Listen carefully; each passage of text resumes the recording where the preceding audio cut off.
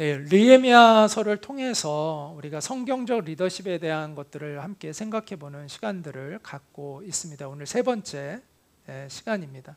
지난번에는 두 번에 걸쳐서 하나님 나라 중심의 리더십에 대한 이야기를 했고요. 자, 오늘은 설득의 리더십에 대한 이야기를 하려고 하는데, 자, 기다림과 담대함으로라는 제목으로 설득의 리더십과 관련된 이야기를 오늘 하려고 합니다. 우리는 흔히 리더십하면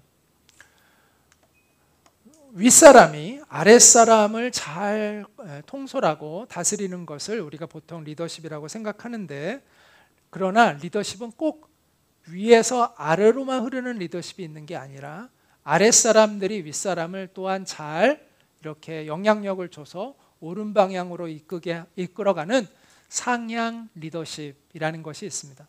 그러니까 아래로만 향하는 게 리더십이 아니라 위로도 향하는 리더십이 있다는 거죠. 물론 또 수평적으로도 흐르는 내 동료들을 또한 잘 이렇게 영향력을 줘서 동료들을 또 잘 이끌어가는 것도 이 수평적 리더십이 있잖아요. 이렇게 다양한 방향성의 리더십이 있는데, 이 상향 리더십의 핵심은 뭐냐면, 그 기초는 뭐냐면 설득의 리더십입니다. 왜냐하면 윗사람이 아랫사람에게 리더십을 발휘하는 것은 다양한 통로가 있어요. 권한도 있고, 또 뭐 여러 가지 것들을 줄 수가 있는 게 있고, 또 권위도 있고 하니까 여러 가지로 조정을 할 수가 있어요. 그런데 밑에 사람이 윗사람을 움직이는 것은 설득밖에 할 수 있는 게 없어요. 그래서 이 상향 리더십은 특히 설득의 리더십을 기초로 합니다. 물론 설득의 리더십이 모든 리더십에 필요한 부분인데, 그건 나중에 제가 또 이야기할 거예요. 그런데 특히 상향 리더십은 설득의 리더십 외에는 방법이 없어요. 오늘 우리는 이 설득의 리더십의 진수를 느헤미야를 통해서 배우게 됩니다.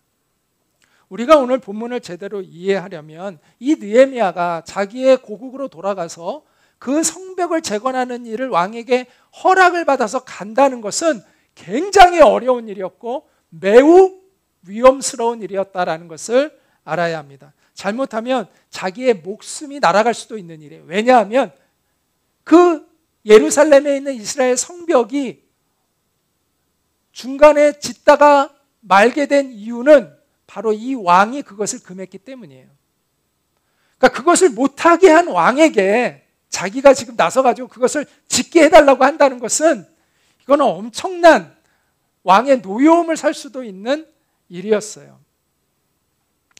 우리가 이제 이 내용을 좀 잠깐 배경을 설명을 드리자면, 이 느헤미야가 가기 전에 이 이스라엘 백성들을 이끌고 먼저 갔던 사람이 에스라인데, 율법학자예요. 에스라가 성벽을 재건하려고 했어요. 그런데 거기에 있던 다른 그 민족 사람들이, 특히 그 권력자들이, 유대 땅을 다스리는 총독과 같은 그러한 사람들이, 이게 이스라엘이 성벽을 쌓으면 이스라엘이 강성해지니까 그게 싫었던 거예요. 그래가지고 그거를 못하게 하고 왕에게 상소문을 썼어요. 뭐라고 썼냐? 이 사람들이 성벽을 짓고 하면 나중에 왕을 반역할 거다. 왕에게 세금도 바치지 않을 거다. 그리고 이스라엘 사람들은 역사적으로 그렇게 반항을 했던 적이 많이 있었다. 이런 식으로 이제 그 모함하는 상소문을 올린 거예요. 그래서 왕이 그 편지를 받고 놀라가지고 역사를 검토하고, 반란군도 있고 뭐 이스라엘이 한때 강대해가지고 그 주변 나라들로부터 또 뭐 조공도 받고 뭐 굉장히 강성한 나라였던 적도 있고, 이런 것들을 알게 된 거예요. 그래서 왕이 뭐라고 이제 그 조서를 다시 내렸냐면, 왕이 이제 이렇게 그 사람들에게 쓴 거예요. 그 총독에게. 내가 명령을 내려 조사해 보았더니 이 성이 옛날부터 왕들에게 거역하여 반란을 일으키며 폭동을 일삼아온 것이 사실이었다. 나는 또 한때 예루살렘에 강력한 왕들이 나타나 유프라테스강 서쪽의 전 지역을 장악하고 그들에게 조공과 그 밖에 여러 가지 세금을 걷어들인 사실도 알아내었다. 그러므로 너희는, 내가 다시 명령할 때까지, 너희는 이라는 것은 이제 그 상소문을 올린 그 유대 총독을 얘기하는 거예요. 그 무리들을. 그런데 너희는 내가 다시 명령을 내릴 때까지 이 사람들에게 작업을 중단시켜서 그 성을 재건하지 못하게 하여라. 너희는 즉시 이 일을 처리하여 더 이상 나에게 피해가 없도록 하라. 이렇게 조서를 내렸단 말이에요, 왕이. 따라서 느헤미야가 그 조서를 내린 왕에게 그것을 재건할 수 있게 자기가 할 테니 나를 보내달라고 이야기를 하는 것은 자칫하면 왕의 노여움을 사고 목숨도 잃을 수 있는 대단히 위험한 일이었습니다. 그래서 느헤미야는 4개월 동안 간절히 기도를 했던 것입니다. 어떤 사람은 느헤미야가 그날 작정을 하고 들어가서 일부러 근심 어린 얼굴을 했을 거라고 주장하는 사람도 있지만 그렇게 보기보다는 느헤미야가 근심될 수밖에 없죠. 수심 어린 채 그렇게 지냈겠죠. 근데 왕이 그걸 못 보다가 어느 날 하나님의 은혜로, 그것도 하나님의 섭리죠, 그걸 캐치하게 하신 거죠, 왕이. 그래서 왕이 먼저 이렇게 묻습니다. 그날 안색이 좋지 않은데 무슨 걱정되는 일이라도 있냐, 이렇게 물었어요. 이 말을 듣고 느헤미야가 두려워했다고 얘기합니다. 왜냐하면 신하가, 왕을 모시는 신하가 기쁜 얼굴로 항상 하고 있어야지, 자기가 근심 어린 얼굴로 왕에게 그렇게 시중 들고 있으면 이거는 그 당시에, 우리 지금 같은 우리의 문화에서는 당연하지만 민주주의 사회에서는, 그 왕의 절대 권력의 그 시절에서는 어디서 감히 네가 기분 좀 불쾌한 일이 있다고 어디서 감히 이렇게 될 수가 있는 거거든요. 그래서 굉장히 두려운 마음을 가지고 있었습니다. 그러나 느헤미야는 이게 하나님이 주신 기회일 수도 있다라는 생각을 했겠죠. 그래서 그는 이렇게 왕에게 이야기를 합니다. 임금님, 소신의 조상이 묻힌 성읍이 폐허가 되고 성문들이 모두 불에 탔다는 소식을 듣고서 울적한 마음을 제가 가누지 못한 탓입니다. 이렇게 이야기를 했어요.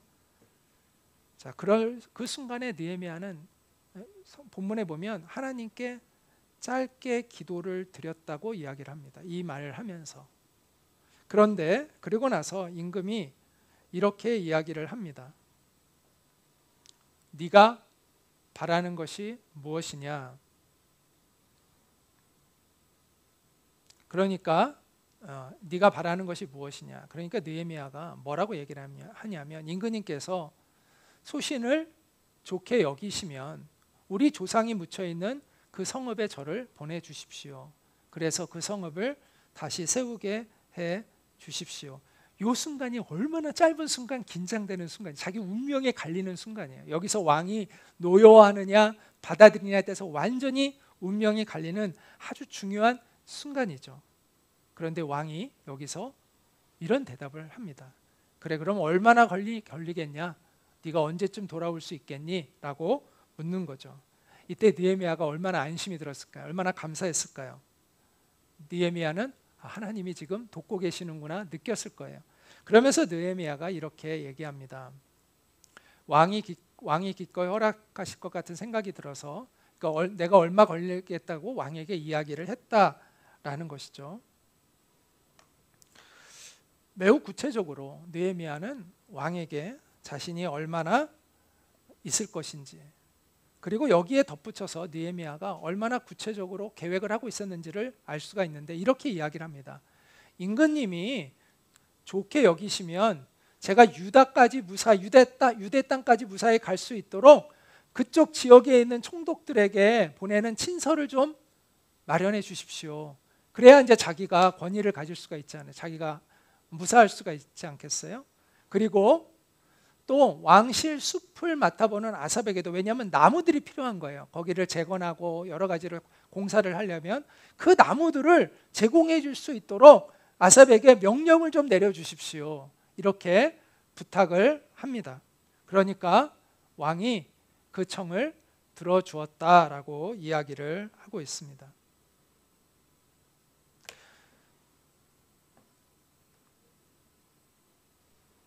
자, 여기서 우리는 중요한 것을 배워야 되는데, 첫째는 한번 따라 볼까요? 준비된 기다림. 여러분, 기다린다는 건요 쉽지 않아요. 그런데 하나님이 일하실 때까지 때로는 기다리는 것이 가장 효과적일 때가 있습니다. 자, 기다리는 것만큼 지체될 수 있다고 생각하지만 오히려 기다리고 때를 기다렸다가 그 일을 나중에 도모하는 것이 가장 빠르게 일을 처리하는 것이 될 수도 있습니다. 조급하게 서둘면 안 되는 일들이 있는 것이죠. 그래서 기다려야 할 때 기다릴 줄 아는 것이 지혜입니다. 근데 문제는 언제 우리는 그럼 기다려야 되고 언제는 우리가 나가야 할지를 어떻게 알 수 있을까요? 주님이 답이죠. 우리는 모르죠. 주님이 답이죠. 그래서 우리가 기도하고 성령님의 도우심을 구하면서 그 때를 잘 분별하는 지혜를 달라고 우리가 기도할 필요가 있습니다. 그런데 우리가 기다리는 시간을요, 어떻게 보내느냐가 정말 중요합니다. 오늘 여기 제가 기다림 앞에 뭐라고 썼어요? 준비된. 기다림을 그냥 기다리면 안 된다는 거예요. 손 놓고 할 일 없이 그냥 막연히 기다리면 안 되고 준비하면서 기다려야 된다는 거예요. 준비하면서, 계획하면서. 자, 전에 헨리 블랙갈비가 쓴 하나님을 경험하는 삶에 대해서 제가 강의를 쭉 했는데, 그러면서 우리가 기다린다는 것은 하나님께 주파수를 맞추고 있는 것이다 라는 말씀을 드린 적이 있어요.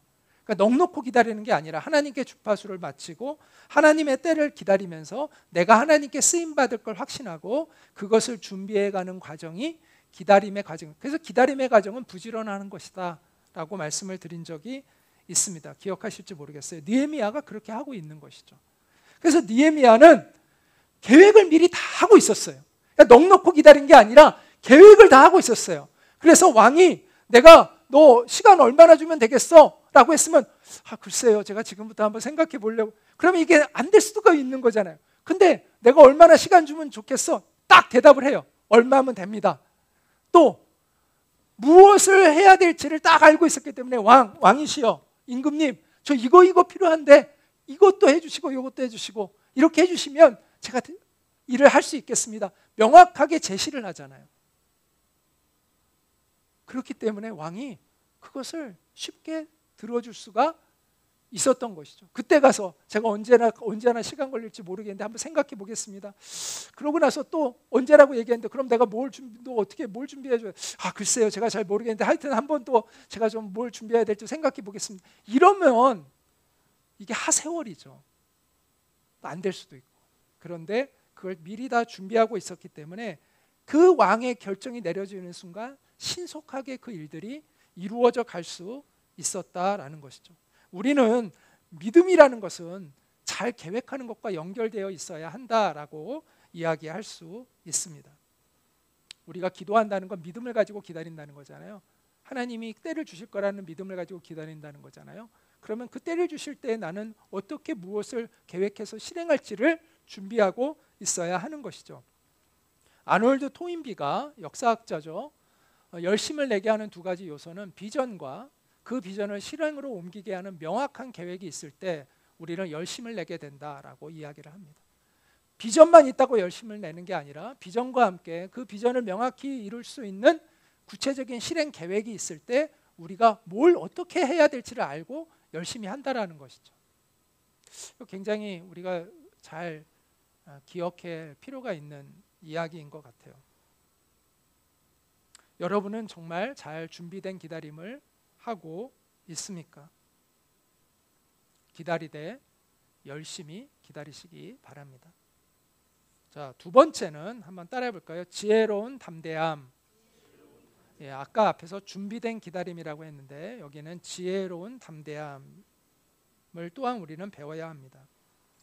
느헤미야가 왕을 자극하지 않으면서 왕을 설득하는 것이 뭐냐면 예루살렘이라는 아주 예민한 말을 쓰지 않았어요. 왕이 예루살렘 성을 지금 못하게 했는데 예루살렘이라는 말을 딱 들으면 이거 내가 못하게 한 거 아니야? 근데 네가 감히 이거를 언급해? 라고 기분이 상할 수 있잖아요. 근데 예루살렘이라는 말을 안 하고 뭐라고 표현하죠? 우리 조상이 묻힌 성읍이라는 표현을 씁니다. 이게 지혜로운 거죠. 그들도 조상을 존중하는 건 다 어느 때나 다 페르시아도 마찬가지잖아요. 그러니까 우리의 조상들에 있는 그 성읍이 이렇게 폐허가 돼서 제가 너무 마음이 아픕니다라고 하면 공감이 되잖아요. 근데 예루살렘 성을 재건하려고 합니다라고 하면 이게 마음이 상하는데 조상이 묻힌 성읍을 우리가 회복하려고 합니다. 이것 때문에 제가 마음이 아프다 그러니까 동정심이 생기잖아요. 이게 지혜로운 거죠.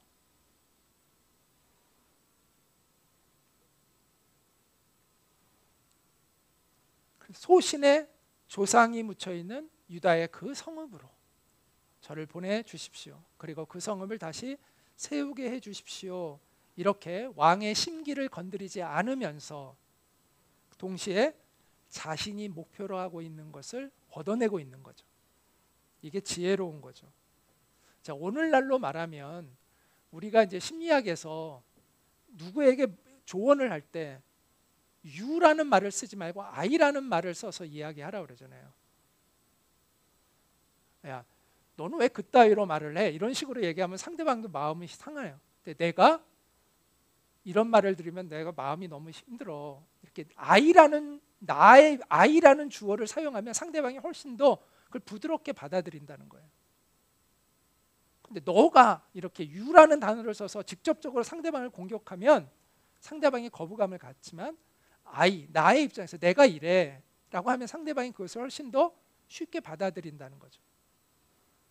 어떻게 보면 이게 그런 용법과 비슷한 그런 맥락인 것 같아요. 우리말에 아다르고 어다르다라는 말이 있잖아요. 같은 내용이라도 표현을 어떻게 하느냐에 따라서 완전히 달라지는 거예요. 상향 리더십의 핵심은요, 여기에 있는 것 같아요. 지혜롭게 담대한 것.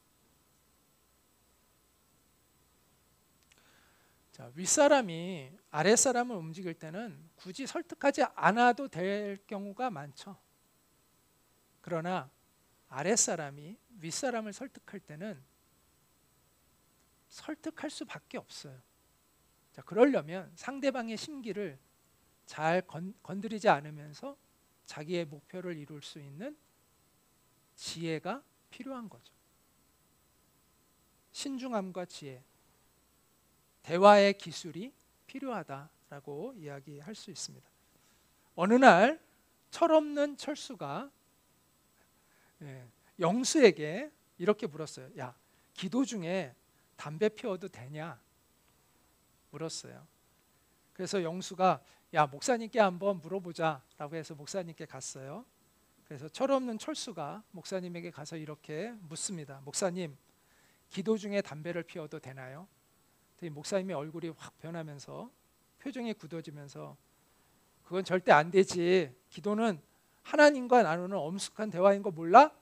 이렇게 꾸짖었어요. 철수가 이제 영수에게 가서 야, 목사님한테 혼났어. 안 된대. 라고 했더니 너 뭐라고 물어봤는데 기도 중에 담배 피워도 되냐고 물어봤지. 그랬더니 이 영수가 야, 네가 그렇게 물으면 안 되지. 라고 해서 다시 목사님에게 가서 이렇게 질문을 했습니다. 목사님, 담배를 피우는 중에 기도하고 싶은 마음이 생기면 그 사람은 기도를 드리면 돼요? 안 돼요? 라고 했더니 이 목사님이 아주 온화한 표정을 지으면서 기도는 때나 장소가 중요한 게 아니다. 담배를 피우는 중이라도 기도할 수 있지. 이렇게 이야기를 했다는 거예요. 우리는 많은 경우에 옳은 말을 잘못된 방법으로 말을 해서, 그러니까 쉽게 하면 상대방의 심기를 불필요하게 건드려서 일을 망치는 경우가 많다는 거죠. 자, 무엇을 말할지도 중요하지만 그것을 어떻게 표현할지도 중요합니다. 우리가 어떻게 말하느냐에 따라서 상대방의 대답이 달라질 수 있어요. 그래서 우리가 그런 지혜가 필요합니다. 느헤미야는 그런 지혜를 가졌습니다. 물론 그것은 용기를 필요로 하는 일, 그게 얼마나 위험한 일인지를 말씀드렸죠. 그거는 용기를 필요로 하는 거예요. 그런데 그가 지혜로웠기 때문에 그 지혜로움과 용기가 결합되어서 좋은 결과를 맺을 수가 있었던 것이죠. 그래서 느헤미야 1장 11절을 보면, 오늘은 이제 2장을 봤잖아요. 그 1장 11절에 보면 그 느헤미야의 기도 중에 주님의 종이 하는 모든 일을 형통하게 하여 주시고 왕에게 자비를 입게 하여 주십시오. 이렇게 하나님께 기도를 했는데, 느헤미야의 마음속에 하나님으로부터 받은 응답이 있었던 것 같아요. 그래서 그런 용기를 낼 수 있었던 것 같습니다. 그러니까 그렇게 왕에게 담대하게 자신의 요청을 담대히 할 수가 있었던 것이죠. 제가 설득의 리더십에 대한 이야기를 했는데, 제가 여러 가지 책들을 이렇게 보니까 다 책들마다 설득의 리더십에 대한 다양한 제시들을 해요. 여러 가지 원리들을 막 얘기해요. 어떤 책은 6가지로, 어떤 가지는 수십 가지로 막 이야기하는데, 거기에 보면 가장 기본적인 3가지 원리는 다 동일한 것 같아요. 자, 뭐냐면 첫째는 신뢰를 구축해야 된다라는 거예요. 내가 누군가에게 신뢰를 받을 때 그 사람을 설득하기가 쉽지, 그 사람이 나를 신뢰하지 않잖아요. 설득이 어려워요. 내가 아무리 말을 그럴듯하게 하더라도 내가 신뢰를 잃은 사람이라면 그 사람이 내 말에 귀를 잘 기울이지 않죠. 그러니까 내가 누군가를 설득하려면 내가 그 사람에게 신뢰를 얻을 수 있는 사람이 되어야 되는 거죠. 나의 평소에 내가 어떻게 사느냐가 중요한 거죠. 과연 내가 신뢰를 줄 수 있는 사람이냐. 또 하나, 두 번째는 경청과 이해입니다. 먼저 상대방을 설득하려면 상대방에 대한 이해를 잘 해야 돼요. 자꾸 내 말을 하기보다는 상대방의 이야기를 잘 듣고 그 사람에 대해서 내가 잘 이해하고 존중하는 태도를 가지고 접근할 때 상대방이 내가 하는 이야기를 잘 수용적으로 받아들인다는 것이죠. 자, 느헤미야도 마찬가지잖아요. 느헤미야도 먼저 왕에게 신뢰받는 사람이었다는 거죠. 평소에 느헤미야가 왕에게 신뢰를 많이 받는 사람이었다는 걸 알 수가 있습니다. 그리고 또 느헤미야가, 물론 왕은 절대적 권력을 가졌기 때문에 경청할 수밖에 없죠. 근데 어쨌든 느헤미야도 충분히 경청하고 왕을 존중하고 왕의 여러 가지 것들을 배려하면서 이야기를 하고 있다는 것을 우리가 알게 됩니다. 이제 또 하나, 설득의 기본 원리는 분명하고 정확히 내 의사를 전달하는 것입니다. 느헤미야도 그렇게 했죠. 자, 아무리 관계가 좋아도 상대방에게 내 뜻을 명확하게 전달하지 않으면 아무 일도 안 일어나죠. 근데 많은 사람들이 상대방으로부터 노라는 말을 들을까 봐 명확하게 내 의사를 전달하지 않은 경우가 많아요. 그러면 예스도 노도 없는 거죠. 애매하게 얘기하니까 상대방이 뭐라고 얘기를 하겠어요, 거기에 대해서. 근데 명확하게 내가 내 의사를 분명하고 정확하게 간결하게 이해시킬 때 상대방이 예스든 노든 할 거 아닙니까? 그래야 내가 원하는 목표를 이룰 수가 있는 것이죠. 느헤미야는 그렇게 했습니다.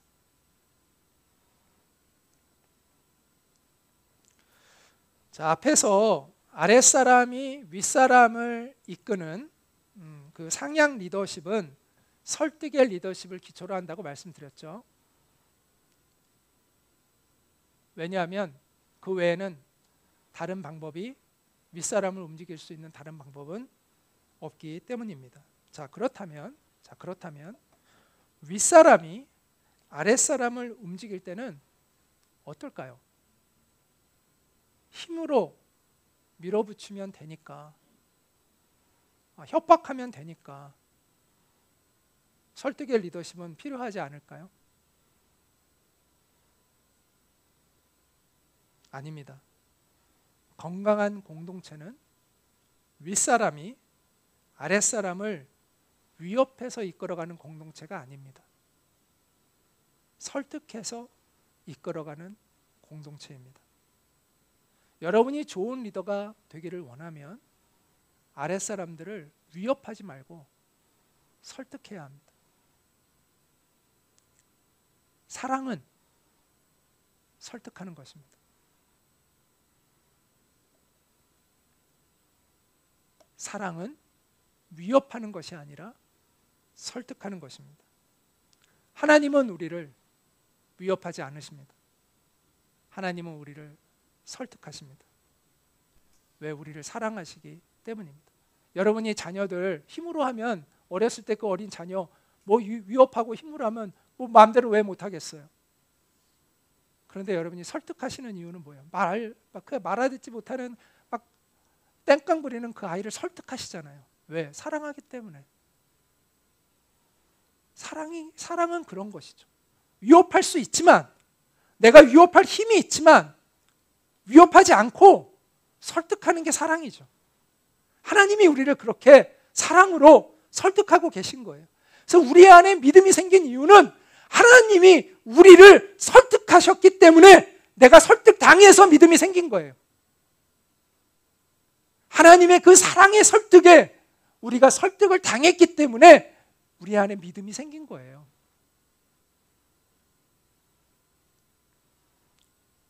우리도 그래야 합니다. 이게 하나님의 성품을 담는 것입니다.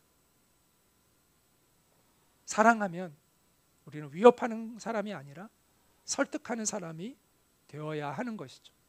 그래야 그 사람의 마음도 얻고 신뢰도 얻고 또 존경도 받을 수가 있는 겁니다.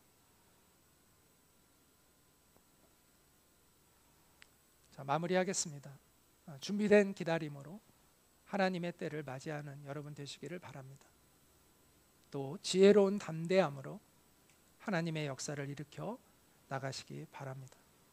그리고 설득의 리더십으로 공동체를 하나님의 선한 뜻 가운데서 변화시켜 나가는 여러분이 되시기를 바랍니다.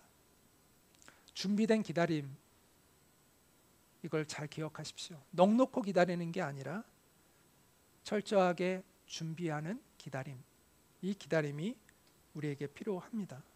우리가 흔히 준비된 사람만이 기회를 잡을 수 있다라는 말이 있잖아요.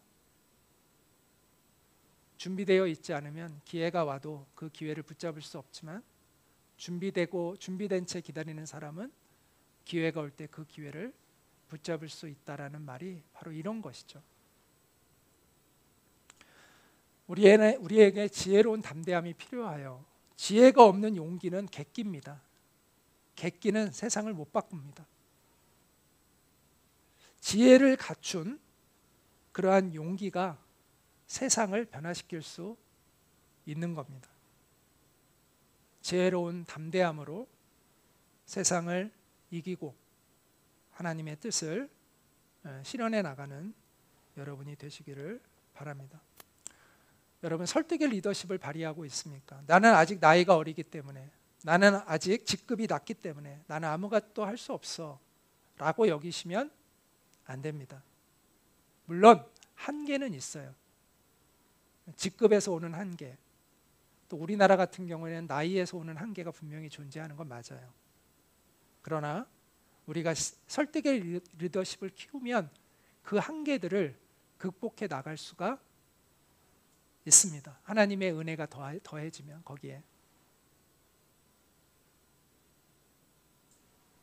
준비된 기다림, 지혜로운 담대함, 설득의 리더십을 통해서 우리가 속한 그 공동체를 하나님이 기뻐하시는 옳은 방향으로 그렇게 이끌어 나가는 우리가 되기를 소망합니다. 우리가 같이 그럴 수 있도록 잠시 기도하는 시간을 갖도록 하겠습니다. 자, 다시 한번 얘기합니다. 준비된 기다림, 지혜로운 담대함, 설득의 리더십을 우리가 가지고 하나님의 뜻을 이 땅에 실현해 나갈 수 있는 그러한 리더가 될 수 있기를 원합니다. 주님 도와주세요라고 우리 이 시간에 잠시 기도하도록 하겠습니다. 기도합니다.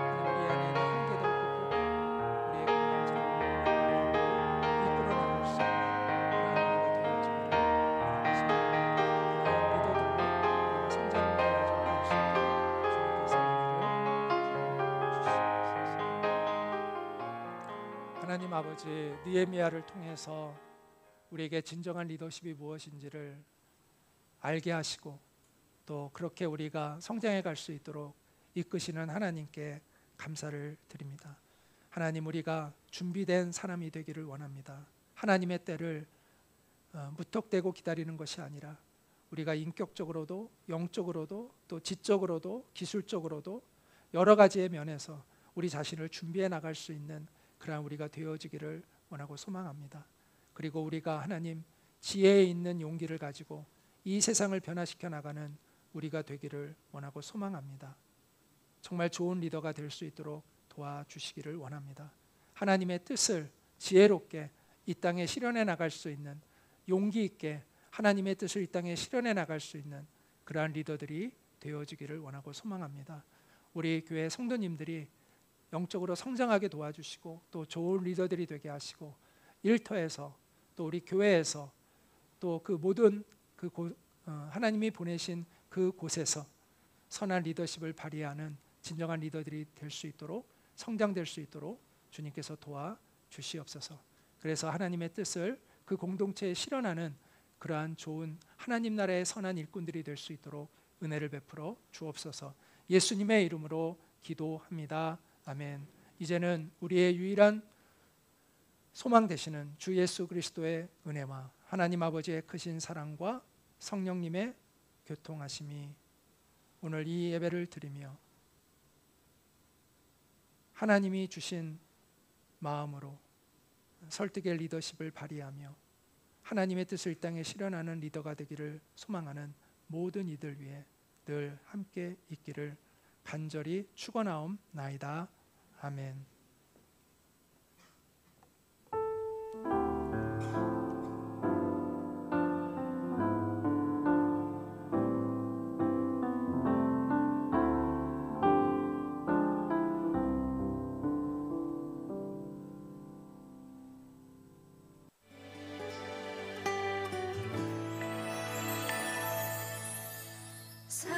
사람이 넘치기보다 사랑이 넘치는 교회, 섬김을 원하기보다 섬김의 기쁨 알아가는 교회, 세상이 주목하기보다 주님이 주목하는 교회,